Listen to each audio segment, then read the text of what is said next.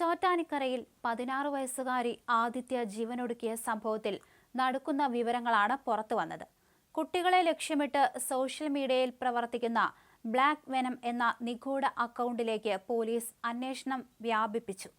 വെറുമൊരു ആത്മഹത്യ എന്നതിനപ്പുറം കുട്ടികളുടെ സൈബർ ലോകത്തെ അത്യന്തം അപകടകരമായ പ്രവണതകളിലേക്കാണ് ഈ സംഭവം വിരൽ ചൂണ്ടുന്നത്. കൊറിയൻ മ്യൂസിക് ബാൻഡുകളോടുള്ള കൗമാരക്കാരുടെ അമിത താൽപര്യം മുതലെടുക്കുന്ന രീതിയിലുള്ള പോസ്റ്റുകളാണ് ബ്ലാക്ക് വെനം എന്ന അക്കൗണ്ടിലുള്ളത്. ഒരു കൊറിയൻ ബാൻഡ് അംഗത്തിന്റെ മരണം ആദിത്യയെ മാനസികമായി തളർത്തിയിരുന്നതായി പ്രാഥമിക നിഗമനമുണ്ടായിരുന്നു. എന്നാൽ ഇതിനു പിന്നിൽ കുട്ടികളെ മാനസികമായി സ്വാധീനിക്കുന്ന സൈബർ ഗ്രൂപ്പുകൾ ഉണ്ടോ എന്നാണ് പോലീസ് ഇപ്പോൾ പരിശോധിച്ചു വരുന്നത്. ഇത്തരം അക്കൗണ്ടുകൾ പലപ്പോഴും വ്യാജ വിവരങ്ങൾ നൽകി കുട്ടികളെ വൈകാരികമായി തളർത്തുകയും തെറ്റായ തീരുമാനങ്ങളിലേക്ക് നയിക്കുകയും ചെയ്യുന്നു. സ്കൂളുകളിൽ വിദ്യാർത്ഥികൾ രഹസ്യമായി മൊബൈൽ ഫോൺ ഉപയോഗിക്കുന്നതും ഒരു ഫോണിൽ നിന്നു തന്നെ 8ഓളം ഇൻസ്റ്റാഗ്രാം അക്കൗണ്ടുകൾ ഒരേ സമയം പ്രവർത്തിപ്പിക്കുന്നതും ഫോറൻസിക് പരിശോധനയിൽ കണ്ടെത്തിയിട്ടുണ്ട്. ഒരു പെൺകുട്ടിയുടെ ഫോണിൽ നിന്ന് 8 അക്കൗണ്ടുകളുടെ ലോഗിൻ വിവരങ്ങളാണ് പോലീസിന് കിട്ടിയത്.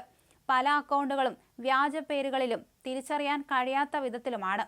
കുട്ടികൾ ഗ്രൂപ്പുകളായി തിരിഞ്ഞ് ഇത്തരം അക്കൗണ്ടുകളിലൂടെ നിഗൂഢമായ ആശയവിനിമയം നടത്തിയിരുന്നതായി പോലീസ് സംശയിക്കുന്നുണ്ട്.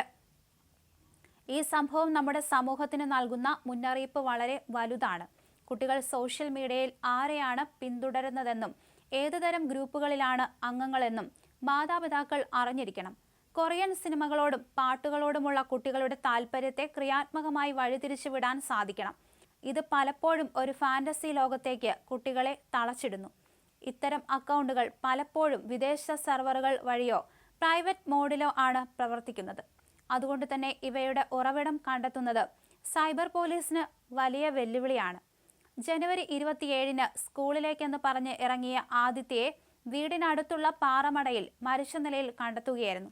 മാമല കക്കാട് മഹേഷിന്റെ ഏക മകളായ ആദിത്യയുടെ മരണം സൈബർ ലോകത്തെ ചതിക്കുഴികളെക്കുറിച്ച് വലിയ ചർച്ചകൾക്കാണ് വഴി തുറന്നിരിക്കുന്നത്.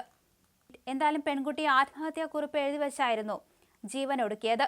സുഹൃത്തിന്റെ മരണത്തിൽ മനം നൊന്താണ് താൻ ജീവനൊടുക്കിയത് എന്ന് പെൺകുട്ടി ആ ആത്മഹത്യാക്കുറിപ്പിൽ പറയുന്നു. ഇംഗ്ലീഷിലായിരുന്നു ആത്മഹത്യാക്കുറിപ്പ് എഴുതിയത്.